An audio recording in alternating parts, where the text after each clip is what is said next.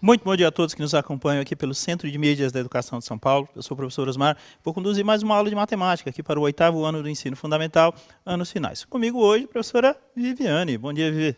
Bom dia, Osmar. Hoje eu vou começar o dia dando um bom dia aqui para o aluno Matheus Gabriel, lá da Escola Nigro Gava, no Taboão da Serra, acompanhando a gente aqui na aula. E também para o professor... professora Vera Lúcia, de Odilon, de Louveira. Legal, tá? Bom dia. Bacana, então, tá? Muito obrigado pela participação, pela presença de todos os estudantes do 8º ano, os professores que acompanham a gente aqui, né? Eventualmente tem sempre alguém aí de fora, né? Tem um pai, tem um responsável, né? Coordenadores, sempre observando aí, mandando aquele recado para a gente, né? Tentando melhorar isso que a gente oferece para vocês. Hoje é a aula 2 da retomada, Viviane, tá? Então ontem a gente falou um pouquinho sobre frações, né? Dentro do tempo da aula, e hoje vamos falar um pouquinho sobre porcentagem. Então a proposta é de uma aula rápida, né? Para a gente dar uma relembrada, retomar mesmo, né? Relembrar aqueles conceitos de porcentagem, tá? E a partir daí a gente segue. Amanhã tem a aula 3, tá bom? Teremos um convidado aqui para moderar a nossa aula. E é isso, Vivi, tudo bem? Vamos começar? Bora lá então, tá? Leandro, nosso diretor, retomada aula 2, é o título da aula de hoje, tá ok? E aí a habilidade EF07MA5 vai aparecer durante toda a aula nos slides para vocês, tá bom? Tá? Os objetos de conhecimento são frações e seus significados, como parte de inteiro, resultado da divisão, razão e operador, tudo bem? Tá? Olha lá, tá? Já como eu falei aqui, aparece a habilidade, vai aparecer, agora eu estou tendo esse cuidado de colocar a habilidade aí sempre lá em cima para vocês, tá bom? Acompanharem aí e produzirem uma aula em cima desses conceitos que a gente vai trabalhar hoje, tudo bem? Bom, vamos lá. O número racional também pode indicar uma porcentagem. Como a gente bem sabe disso aí, a gente já trabalhou bastante anteriormente esse conceito. Ele é representado por uma fração cujo denominador é sempre o número 100. Além disso, essa fração pode ser reescrita, mantendo o numerador seguido do símbolo de porcentagem. Tudo bem? É possível transformar algumas frações em porcentagem por meio da equivalência entre frações, como o exemplo que aparece ali a seguir, tá bom? Olha lá, nosso diretor vai fechar. Então, o que acontece? Poxa vida, eu tenho 6/25, mas o que isso tem a ver com porcentagem, né? No primeiro momento, não tem nada. Agora, quando você busca a equivalência entre as frações, Vivi, o que a gente tem? A gente vai buscar igualar esse denominador da fração aqui a 100. Tá? E aí estabelecer o que? O conceito de porcentagem.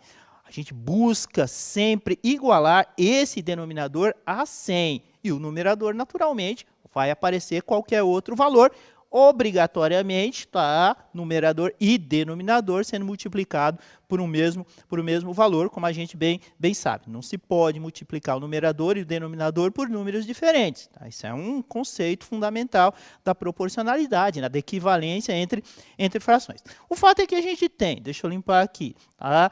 6 vezes 4, temos 24. Ora, 25 vezes 4, temos 100. Opa, então temos 24 sobre 100, 24 centésimos, que na realidade, qual a leitura, qual a outra leitura que se permite aqui? Ó? 24 dividido por 100. E 24 dividido por 100, nada mais é que 24%. Então, a gente consegue estabelecer essa relação, né, brincando, fazendo essas observações, que às vezes nem tão visíveis assim para a gente, mas um pouquinho de calma, um pouquinho de paciência, uma análise mais fria, né? Frieza, matemática é aquela ciência que exige calma, frieza na hora de você resolver a atividade. Então, é isso, tudo bem? Então, o que a gente percebe? Que as frações 6 sobre 25 ou 6/25 e 24 sobre 100, tá? Elas são equivalentes e representam naturalmente aí a mesma porcentagem. Tranquilo, Vivi? Tranquilo. Beleza, então espero que tenha sido bem didático na explicação. Tudo bem? Agora, o que a gente vai perceber? Aquilo que a gente já falou anteriormente, né? Fazendo o produto, a multiplicação do numerador vezes o denominador, por um mesmo valor, temos aí 24 sobre 100, 24%. Tá? E aí o que você percebe? Que esse valor ele pode ser convertido para a forma decimal. Como a gente já falou anteriormente, né? Relembrando aquele conceito. Então, a porcentagem ela pode ser representada através do quê? Através da fração, tudo bem? Ela pode ser representada através do número decimal, através da divisão, e ela ainda pode ser representada através do quê? De uma porcentagem. Então, veja, você tem 3 possibilidades aí, ó, você do 8º ano, aluno, estudante do 8º ano. Olha as observações que você consegue fazer só com um valor. Olha, 3 representações diferentes. Em língua portuguesa, a gente diria que são sinônimos, né, Vivi?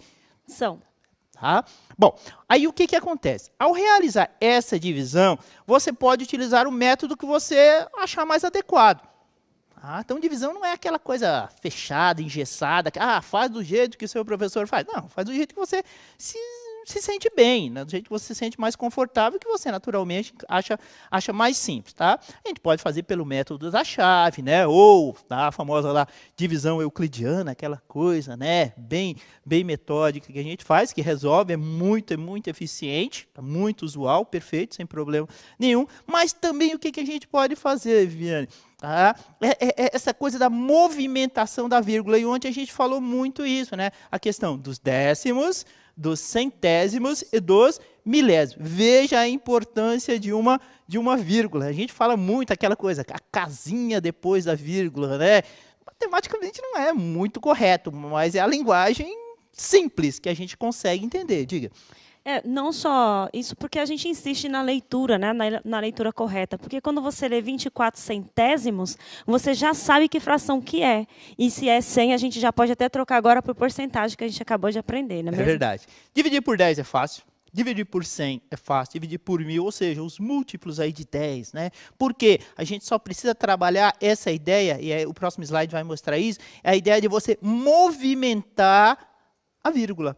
E é exatamente isso que a gente vai fazer e vai mostrar para vocês. Ó, vamos pensar aqui, ó, no 24%, que pode ser convertido na forma decimal, ou seja, 24 sobre 100, e aí a gente tem o 24 centésimos, né? Ou, vulgarmente, 0,24. Tá? Ao realizar a divisão convencional, tá? Que você achar mais interessante, a gente vai encontrar, tá? Esse 0,24. Mas aí qual é a ideia? Tá? Dividir por 100 é aquela ideia de você fazer o movimento da vírgula. E aqui a proposta é exatamente essa. Tá? Então perceba que eu coloquei 3 situações aqui. Tudo bem? Todas elas representam 24. Então, na primeira situação aqui, ó, o primeiro 24 está limpo, tá? Sem nada, sem vírgula, sem zero. O segundo 24, aparece um vírgula zero, vírgulazinha em vermelho ali, tá ok?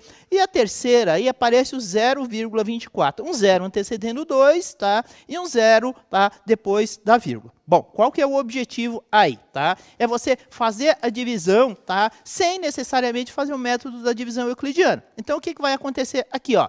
Perceba que subiu uma vírgula nesse caso aqui, ó. Deixa eu voltar, ó lá. Vai subir uma vírgula. Ó, subiu uma vírgula que ela não precisa aparecer. Por quê? Porque o próximo número é 0. Então, a gente está representando o quê? 24 inteiros, sem muitos problemas, tá? Ó, então, o que você percebe? Que não existe a necessidade da vírgula nem do zero. Temos 24 inteiros. Fechou? Aí, o que você vai perceber aqui? Ó? Olha na segunda situação que eu estou indicando aqui. Ó, o 24,0. Olha o que a gente vai fazer aqui. Ó, tá vendo? Ó, esse movimento que a vírgula fez, ó, vou repetir. Ó, 24 inteiros. Ó, ela vai movimentar. Aqui, ó, movimentou. Voltou, movimentou. 2,4. 2 inteiros e 4 décimos. Essa ideia aqui, o que a gente fez? Ó, dividiu por 10. Ok? Então, ó, quando a gente deslocou a vírgula uma casa, né, uma vez para a esquerda, a gente dividiu por 10. Saindo um pouco daquele método tradicional da divisão. E aqui o que você vai perceber? Ó, fica atento no último 24 lá. Olha o movimento que a vírgula vai fazer. Ó. Se deslocou quantas casas, Vivi? 2. Então, obrigatoriamente, o que a gente fez? Tá? Dividiu por 100. Por 100. Tá? Então, se acostumar com esse método aí de divisão, é sempre que você precisa fazer isso? Não, mas o que acontece? Se você pegar o jeito e conseguir fazer essas divisões de forma rápida, você ganha tempo. Eu sempre falei para os meus alunos, né, que assim, quando você vai fazer uma prova, principalmente concurso, aí, esses processos seletivos, né, tempo é um fator de seleção. Claro. Tá? Então, quem faz com eficiência em menos tempo, ele está à frente do outro. Então, a gente, entre aspas, aí, perder tempo fazendo essas divisões não vale a pena. Então, a gente se acostuma com um método mais rápido e, naturalmente, que seja eficiente. Beleza? Vamos lá, Vivi. Olha lá, deixa eu voltar aqui. Olha eu, tá? Olha lá o que acontece aqui, ó, tá? Esses zeros aqui, eu vou cortar tudo, ó, tá vendo? Cortei, e aí, o que acontece? Os valores, nesse caso aí, não tem a necessidade deles aparecerem. Tudo bem? Vamos para a atividade 1, que eu já dei um spoiler. Bora. Tá? Converta as porcentagens a seguir em números decimais, tá ok? 7%. 70%, fique esperto, tá? Coloquei de propósito. 200%, Viviane. Estranho falar 200%, né? Pensou 200% de aumento de salário, por exemplo? Não, nunca nem pensei que eu sou professora. Não tem como nem pensar. E o outro lado também é extremamente perigoso. Então, são números muito, muito significativos, tá? E 9,8%. 2 minutinhos, pessoal, resolver? Tá certo. Ou 3? Acho que vai para responder tudo? Vai, todos. Então, 3. 3 minutinhos e a gente já retorna. Até...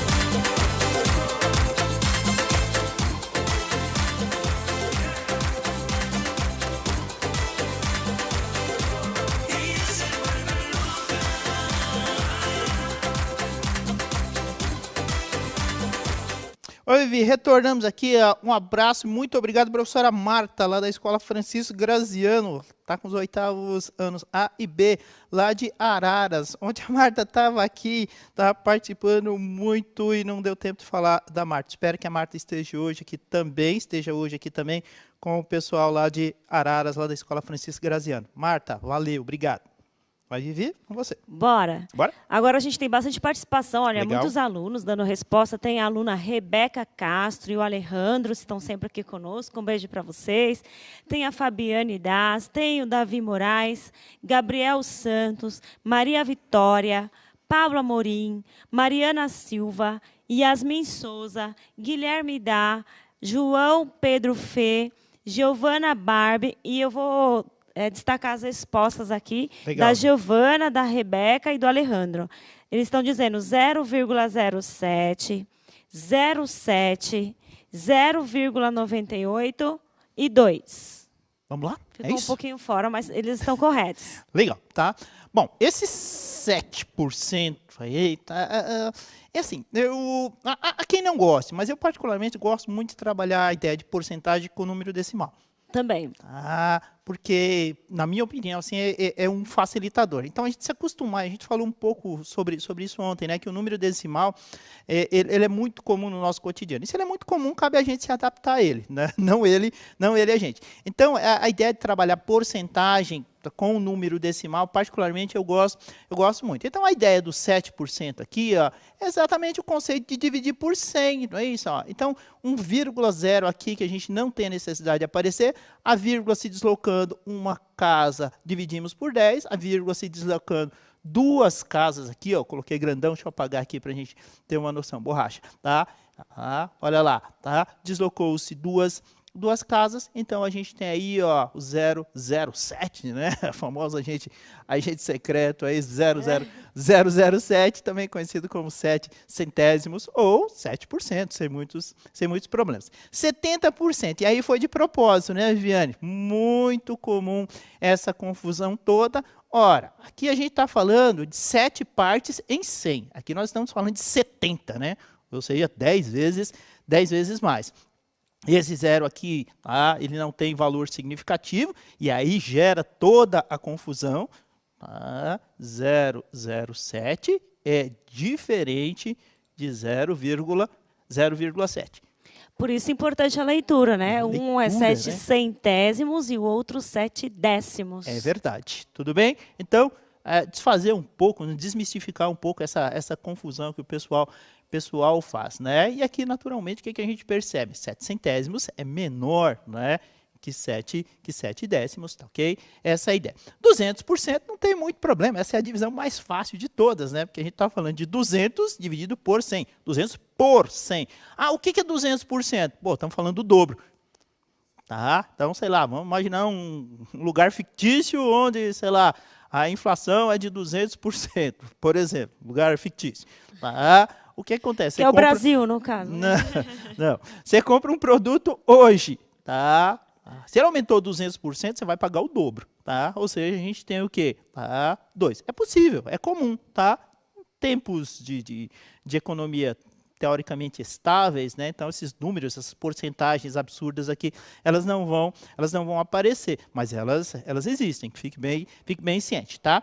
9,8, aí a ideia, né, um pouco mais simples, não é 98 dividido por 100, é 9,8, então você tem 9,8, você deslocou uma, você dividiu por 10, deslocou duas, você dividiu por 100. Vou apagar, usar a borracha aqui, e apagar essa. Então, na realidade, quem que a gente tem? 0,098, que na realidade a gente está falando de 98 milésimos, tá? 98 milésimos, também conhecido como 9,8%. Então, é se acostumar.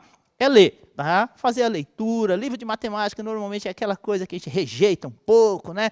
Aquela matemática, né? O pessoal se cria esse mito aí que matemática é difícil, que matemática. Então se criou esse bichinho aí de 7 cabeças em matemática e não é nada disso. Tudo bem? É hábito, é costume, é prestar atenção, é fazer as atividades. Isso que é importante. Tudo bem? Vamos na sequência, Vivi? Vamos. Olha lá, então, tá?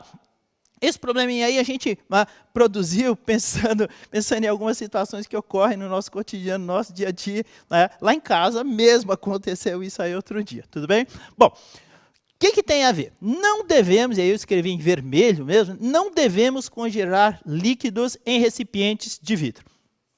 Bom, tá? Aí vem a explicação. Mas você sabe por quê? E o que tem a ver com a aula de hoje? Parece ciências, né? Eu conversei com a professora de Joel sobre a produção desse texto aí, tudo bem? Ele me orientou para escrever esse probleminha, tá? A água, ela expande cerca de 9% de seu volume quando está no estado sólido, ou seja, congelado. Isso se deve a um fenômeno físico, tá? Por que é um fenômeno físico? Porque a estrutura molecular da água ela não se altera. tá? Continua sendo água, tá? Então é um H2O, fenômeno... continua Exatamente. sendo H2O. Então continua sendo água, então é um fenômeno físico, não químico, tudo bem? Quando a água está no estado líquido, as suas moléculas estão bem unidas umas às outras. Já no estado sólido, como é o caso do gelo, elas acabam se separando e causando a expansão. Tudo bem? É comum, como sabemos, acho que quem nunca passou por isso, né? Esquecer aquela garrafa de água no freezer e perceber que o recipiente rachou. Muito comum, né? Estou olhando aqui para o Ivan, nosso câmera. Já aconteceu isso, Ivan? Ele não estava prestando atenção na aula. Vai perder um ponto. Veja só, tudo bem? Bom, pois bem, então, tá? Então é comum esse tipo de situação. Quando a água for congelada, tá? A partir de agora, o que você vai fazer? Você não vai encher a garrafa por completo, tá?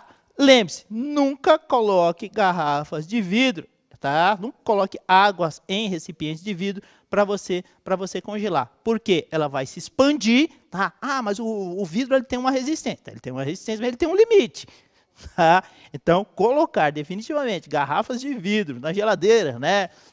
Os pais aí gostam muito, né, daquele líquidozinho amargo, gelado, né? Bem, esquece no freezer, é problema, tá? Então, evite, tudo bem? E aí a gente vai para a nossa situação problema. Lá para a atividade 2. O Paulo, ele tem um compromisso de trabalho e precisa fazer uma longa viagem para o interior de São Paulo. Como estão fazendo dias muito quentes, ele resolveu congelar 2 litros de água para irem descongelando e serem consumidos no decorrer do caminho. Comum, né? Bom, ciente do processo de expansão da água, ou seja, um aumento de 9%, quando congelada, e tendo um único recipiente em casa que abriga tal volume, ou seja, os 2 litros, a gente pergunta para você, quantos ml de água ele deve congelar para que o recipiente não se perca, ou seja, não rache, tá? No processo de congelamento. Essa a história. Muito bem. Eu tenho uma contribuição. Diga. Isso acontece no caso da água, mas nem todos os líquidos eles têm esse comportamento. A água, elas fazem ponte de hidrogênio. E a professora Dalva está explicando aqui, a professora Dalva Marques, ela está dizendo que isso acontece com temperaturas muito baixas, mas quando a partir de 4 graus até 100, quando ela está líquida, a dilatação é normal. É só quando congela mesmo, tá bom, pessoal? Perfeito, tá bom? Probleminha, então? Tá. O que a gente quer saber, então? Tá? O que acontece? Quanto, tá, que o Paulo deve, tá, congelar para que o recipiente não se perca, tá? Ou seja, ele não pode congelar os 2 litros. Tudo bem? Tem a gente quer deixar saber... espaço. Exatamente. Lembrando que aqui existe um aumento de quê? De 9%. Então, a gente tem que tomar cuidado. Então, é essa a proposta, tá bom? 2 minutinhos, a gente já retorna. Até já.